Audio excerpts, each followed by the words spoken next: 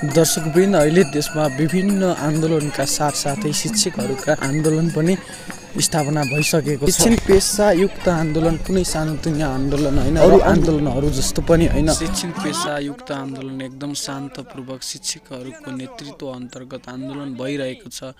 देशमा विभिन्न थरीका आन्दोलनहरू आए तापनि उनीहरूमा एकदम रिस्कका सहित आन्दोलनहरू स्थापना भइरहेका थिए। राजतन्त्रका आन्दोलन, विभिन्न थरीका आन्दोलनहरूमा तोडफोडहरू जस्ता विभिन्न नकारात्मक क्रियाकलाप र गतिविधि भइरहेका थियो।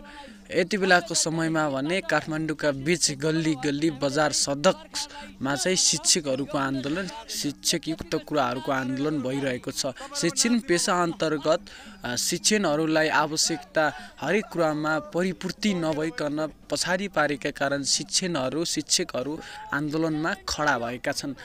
उहाँहरूमा एकदम मनोरञ्जनात्मक आन्दोलन गरिराख्नु भएको छ, शान्तपूर्वक होइन।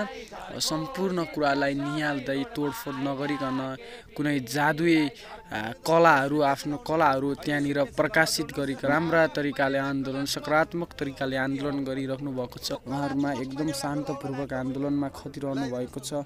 उहाँहरूका आन्दोलनलाई हामी सल्युट गर्छौँ। शिक्षण नै नरहेपछि स्कुल रहँदैन, स्कुल नै नरहेपछि विद्यार्थी रहँदैन, विद्यार्थी नरहेपछि कुनै ज्ञान विवेक, कुनै अस्तित्व नै रहँदैन, व्यक्तिको कुनै अस्तित्व नै हुँदैन।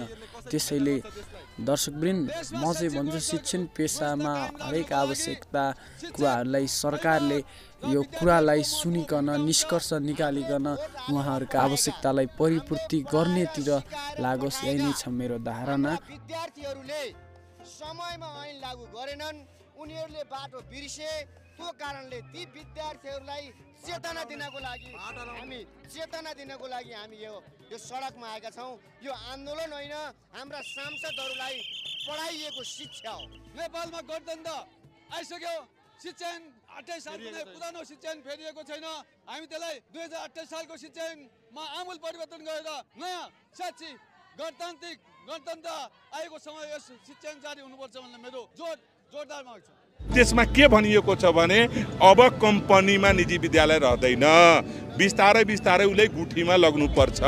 उहाँहरूसँग शिक्षासँग उनीहरूको मतलब छैन, उहाँको मुनाफासँग मतलब छ। यहाँ सिटी बजाइदिनु न त साप्पे अनि ल फेरि सिटी बजाइदिनु।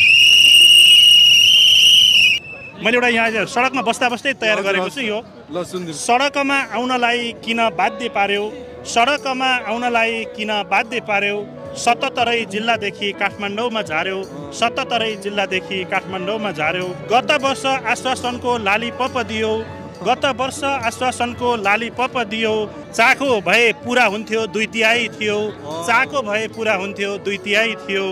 अरू विधेयक ऐनहरू पास गर्यौ हेर, शिक्षा विधेयक ल्याउनलाई तिमीले गर्यौ बेर, शिक्षा विधेयक ल्याउनलाई तिमीले गर्यौ बेर।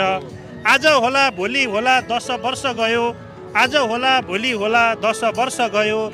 राजतन्त्रको ऐन तिमीलाई किन प्यारो भयो, राजतन्त्रको ऐन तिमीलाई किन प्यारो भयो। शिक्षकलाई रुवाएर तिम्रो भलो हुन्न, 8000 तलब दिन्छ कसको मन रुन्न, 8000 तलब दिन्छौ कसको मन रुन्न।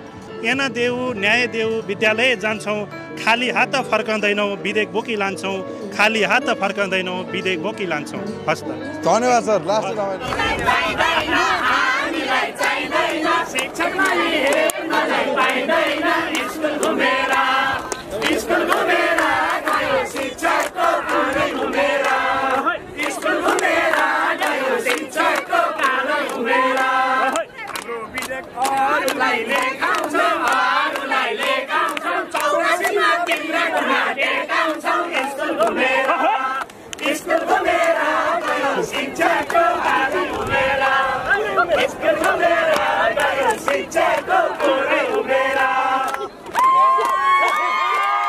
अहिले हुन गइरहेको जुन यो शिक्षक आन्दोलन छ, यो चाहिँ कुनै हाम्रो शिक्षकहरूको यो खुसी नभएर यो एकदम अहिले 2080 सालमा पारित हुन गइरहेको यो शिक्षा विधेयकको विरुद्धमा हो।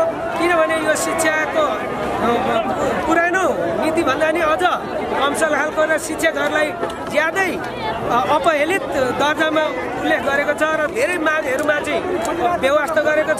त्यसको विरुद्धमा चाहिँ हामी आन्दोलन गर्नुपर्ने बाध्यता आइपरेको हुनाले आज हामी यस्तो मोडमा आइपुगेका छौँ।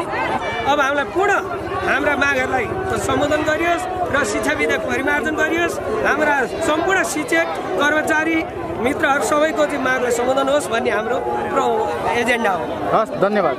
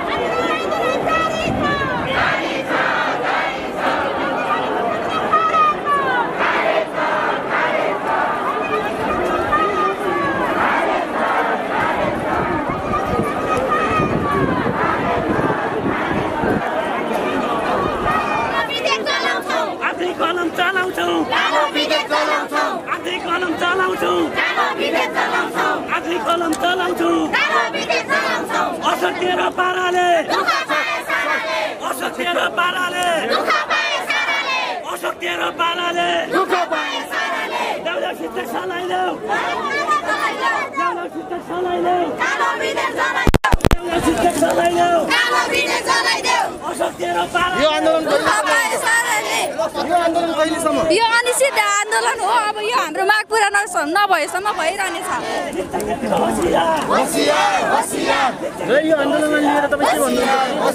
यो आन्दोलनलाई लिएर हाम्रो माग पुरा हुनु पर्यो भन्न चाहन्छु। कालो विधेयक पास हुनु भएन, हाम्रो माग पुरा हुनु पर्यो। धन्यवाद।